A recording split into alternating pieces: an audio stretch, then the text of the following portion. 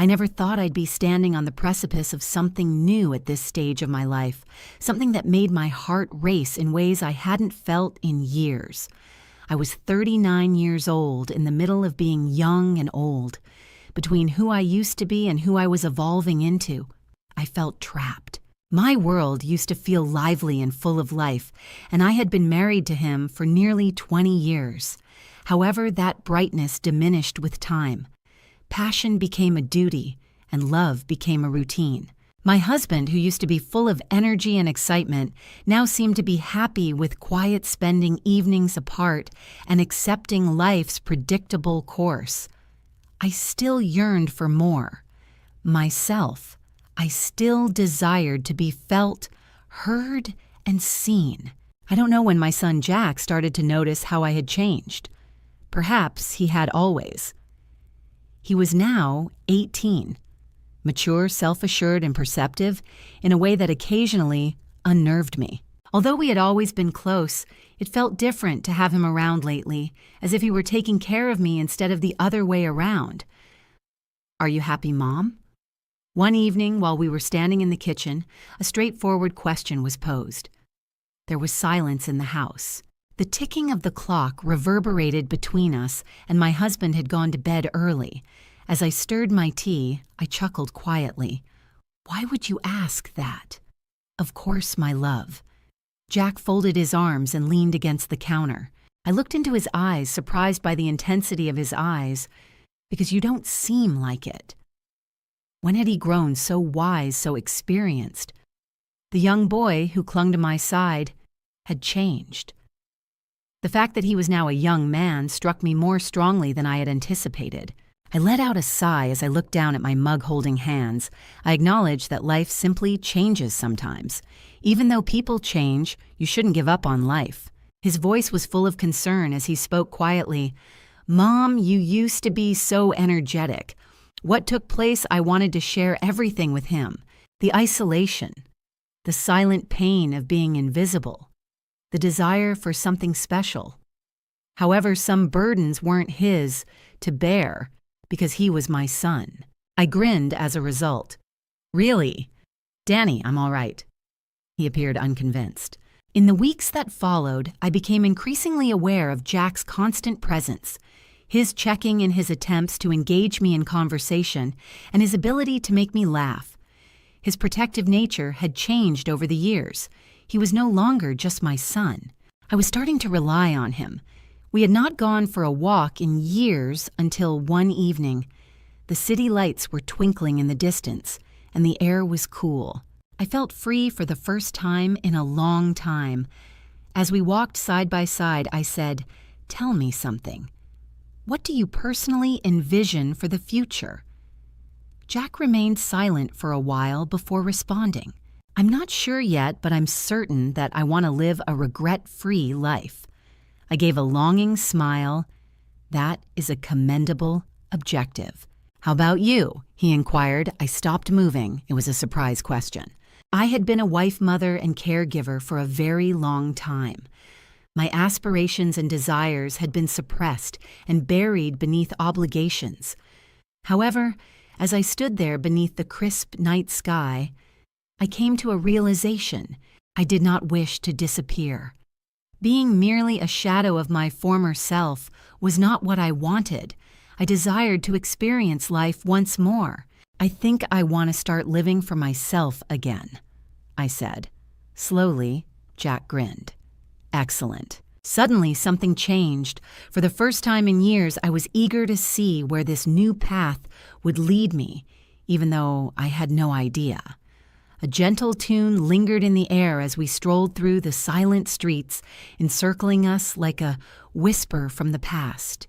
A few couples swayed to the soft beat of an old jazz song as the warm glow of a tiny cafe spilled onto the sidewalk. The scene was captivating. Two people moving in time, their worries forgotten as they are engrossed in the music. I stopped mesmerized by the scene, even if only for a second. I hadn't done anything like that in such a long time, since I'd let myself be present without hesitation or anticipation of what might happen next. Jack then took hold of my hand before I could respond. He said, "Dance with me." I shook my head and laughed. "What are you, Danny?" However, he was already dragging me in the direction of the cafe's open patio's gentle light. There was no time to say no, no questions. His hand was steady and warm in mine as we walked, and then he placed his other hand lightly on my waist as we danced. I was surprised by the confidence with which he led me. I laughed, half protesting. "You don't even dance, Danny." "Neither do you, so we're even." He smiled. A genuine, unadulterated laugh that had been absent from my life for too long erupted from somewhere deep within me. The cafe music encircled us, directing our steps, and we managed to dance as though we had been doing it for ages. There was only the rhythm of the song, the soft twinkling of string lights above us, and the sensation of being alive. No awkwardness, no hesitation. I spun perhaps, not elegantly, but it made no difference. I shot back my cheeks, warm from the sudden excitement. "Oh, hush." Then his face softened as abruptly as before. He whispered, his voice barely audible over the music, "You should do this more." "What are you going to do?" "Live," I said, and the words weighed more heavily than I had anticipated, because in reality I had forgotten how to live, how to savor moments for their own sake, guilt-free and without concern for the future. I had been a wife, mother, and caregiver for so long that I had somehow lost my identity. But I felt free tonight, something I hadn't felt in years, dancing to music neither of us really knew. Under the cafe lights, Jack grinned as though he could see the insight seeping into my being. Before the song ended, he twirled me one last time and said, "You're beautiful when you're happy." I let out a breath as the excitement of the moment cooled down inside of me. Perhaps he was correct. Perhaps it was time to get back to living. Something had changed in me as we walked out of the cafe and down the street. For the first time in a long time, I was eager to find out what would happen next, even though I had no idea. The house was silent when we got there, illuminated by the faint glow of the streetlights outside. As usual, my husband was already asleep, same silence, same routine. However, something was different tonight. I had no desire to go to sleep. I felt awake for the first time in years, really, really awake. The memory of dancing in the cafe lights, laughing unrestrainedly and feeling like myself again, still made my skin hum. Jack took note. He did. "Are you not exhausted?" Leaning against the doorway and grinning knowingly at me, he asked. After a moment of hesitation, I shook my head. "I don't believe I am number." He smiled and said, "Good. After that, let's take action." I arched an eyebrow. "Such as?" He gave a shrug. "Hurry up." "When was the last time you took action purely out of happiness?" I was paralyzed by the question, because I honestly couldn't recall I had devoted so many years to ensuring the happiness of others. My son, my spouse, and my family, that I had forgotten to ask myself that same question. At some point, Jack took hold of my jacket. "Let's go, please." I scowled. "Where do you go?" "You'll see," he said, his mischievous eyes sparkling. I paused for a second. The house was silent. My husband was asleep, and I should probably just go to bed as usual. However, I then reflected on my feelings from tonight. How free, how light, and something inside of me wouldn't let that feeling go. So I picked up my coat and went out the door after him. We were outside a dance studio 20 minutes later. Puzzled, I turned to Jack. At this hour, a dance studio. He smiled and used a key to unlock the door. I may have persuaded a friend to let us spend the night there. I shook my head, not believing it. "And just how did you manage that?" He gave a shrug. "I do things my way." He pushed the door open and turned on the lights before I could object. The polished wooden floor was shining in the gentle light, and the studio was deserted. One wall was lined with floor-to-ceiling mirrors that reflected us back in silent expectation. The room had a sacred quality to it, as if it were awaiting something to awaken within. Jack browsed through his phone before approaching a tiny speaker in the corner. A moment later, the room was filled with gentle music. I swallowed rhythmically and slowly. "Jack," I'm not sure if he turned to me and interrupted. "No excuses. We just danced tonight." I looked at my reflection as I let out a breath. The woman who was looking back at me appeared uncertain and hesitant. There was another thing underneath that, though, something that is just waiting to get out. "All right," I replied, "but it's your fault if I look foolish." He laughed. "Deal." And we started to move, just like at the cafe. I started out rigid, moving clumsily and deliberately, too restrained, as though I had concealed the aspect of myself that used to enjoy times like this for too long. Jack, however, was patient. He led me gently moving with ease and confidence. He whispered, "Just feel, don't think." I closed my eyes as a result, and I let go for the first time in years. I gave in to the music, allow my body to recall what it felt like to move fearlessly and without hesitation, and something broke open inside of me as I danced. A rush of feelings, recollections, and a desire for something I wasn't even aware I was lacking. I had been slipping into the background of my own life for so long, but I was here tonight, breathless and absolutely, totally unrestrained. I was laughing by the time the music ended, giddy awake, elated. Jack smiled. "You see, told you that you were capable of it." Still catching my breath, I shook my head. "I'm amazed that I forgot how much I adore this." "Well," he said, "perhaps you should stop forgetting. Perhaps you ought to take action." I paused, such as his face grew softer. "Attend a class. Spend more time outside. Do something for yourself only." Something stirred in my chest as I gazed at him. Could I? Was it really possible for me to leave the life I had created, the comfortable, secure, and predictable life, and pursue something exclusively for myself? Before I had a chance to question it, the response arrived. "Yes," I replied with a smile. "The choice has already been made. I believe I will." Suddenly something changed inside of me. I was more than just his wife. I was more than just his mom. I was the one. And that was sufficient for the first time in a long time. I felt lighter than I had in years when I woke up the following morning. The unexpected night of dancing left my body aching a little, but I felt alive rather than exhausted.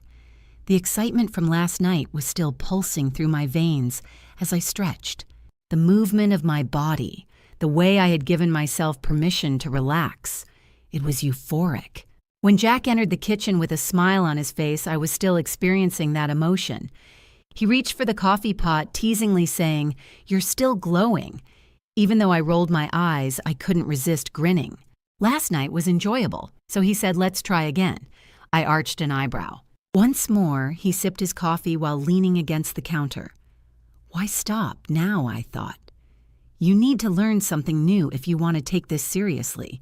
Something thrilling. Intrigued, I cocked my head, such as he smiled and set down his mug, bachata. I blinked. Bachata. "Yeah," he said, taking out his phone and starting to play music. The kitchen was filled with the slow, rhythmic melody. It was smooth, sensual, and completely different from anything I had ever danced to. He clarified that it is more than just a dance. It's about feeling the music, connecting, expressing oneself, and allowing it to tell a tale. He swayed a little to the beat while I bit my lip and listened to the song. I was stirred by the way he explained it. A curious thing. A problem I wanted to dance like that, but I had never done it before. I sipped my coffee slowly while feigning indifference. "Okay, instruct me." Jack smiled. "This is going to be fantastic."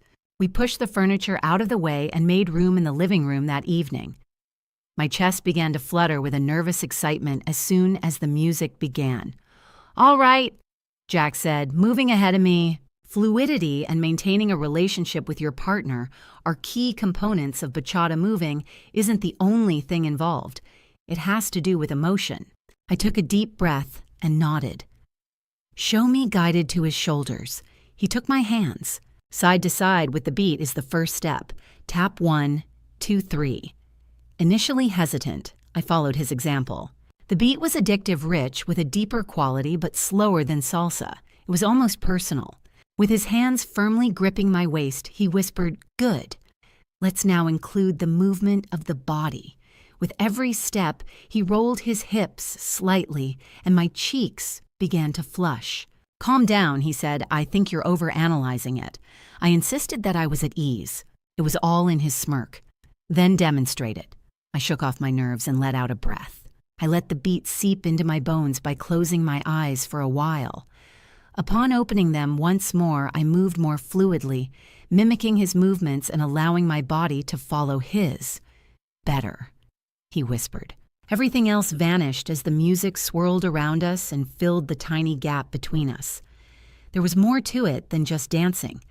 A silent pledge of trust, a dialogue devoid of words. Additionally, I had been raising my son, Marcus, alone for years. Our bond was unbreakable because it was based on years of unwavering support, laughter, and trust. Horses had always been Marcus's passion, and I knew just what to do. When he turned 21, I contacted former acquaintances who ran a reputable equestrian school and signed him up for a course where he could improve his abilities. I was proud to see him embrace the lessons with the same fervor he showed for everything he loved. I made the decision to focus on my own life while Marcus adapted to his new life in equestrian training. I hadn't been in a committed relationship for a very long time. I felt that it might be time to let someone into my world, even though I didn't feel the need for romance right away. Lucas came into play at that point. Lucas was a man who effortlessly emanated charm. He was charismatic, he was successful, handsome, and always had the perfect thing to say. However, I never really connected with him. For some reason, he appeared to be a secure option, someone I could confidently present to my friends. Even though he didn't arouse any strong feelings in me, he was the perfect partner. However, I persuaded myself that friendship was more significant than passion. I noticed a change in Marcus after a few months of dating Lucas. He had grown more aloof. Our casual, easy conversations felt tense now. I frequently saw him observing me with an unreadable expression. I initially believed that he was just getting used to his new routine, but it seemed like our tension was increasing. I said, "You're home early." Marcus shrugged his eyes, darting to me and then back to the water glass he was holding. Yes, I was thinking about a few things. With a heavy silence between us, I poured myself a drink. "Do you want to discuss it?" I inquired. He paused for a second. Then he put down the glass and sighed. "Do you like him?" It was a surprise question. With Lucas, I scowled. "Why are you asking?" He crossed his arms and leaned against the counter. "Mom, I simply don't see it." Around him, you don't glow. When we discuss topics you genuinely care about, you laugh more than you do now. I shook my head and laughed quietly. Relationships aren't always about thrills. Marcus, sometimes all you need to do is find someone with whom you can share your life. He clenched his jaw. It sounds like settling more. I paused at the intensity of his voice. I observed him for a considerable amount of time, feeling that there was more to his statements. "Marcus," I said carefully, selecting my words. "All I want is for you to be content." He then left, leaving me with a strange feeling that I couldn't quite identify. As I lay in bed that night, my mind drifted back to Marcus's early years, of how he had always been my biggest source of happiness, and of the years we had spent together. I reflected on the way he had gazed at me this evening, as if there had been a secret between us. I was aware that something had changed, but I was unsure of what it was. His normally effortless laughter felt strained as they lingered too long. I observed that he seemed to be afraid of stepping over an invisible boundary because he hesitated before touching my shoulder or passing me in the hallway. Lucas came over for dinner one evening. He came in with a bottle of wine and gave me a cheek kiss. Marcus came into the kitchen while I was setting the table, his hair still damp from his recent shower. When he saw Lucas, his lips pressed into a thin line, he stopped in the doorway.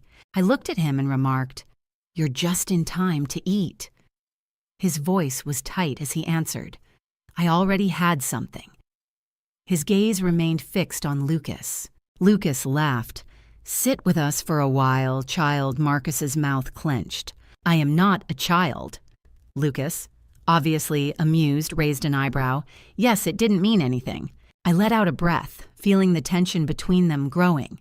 Just stay for a minute, Marcus.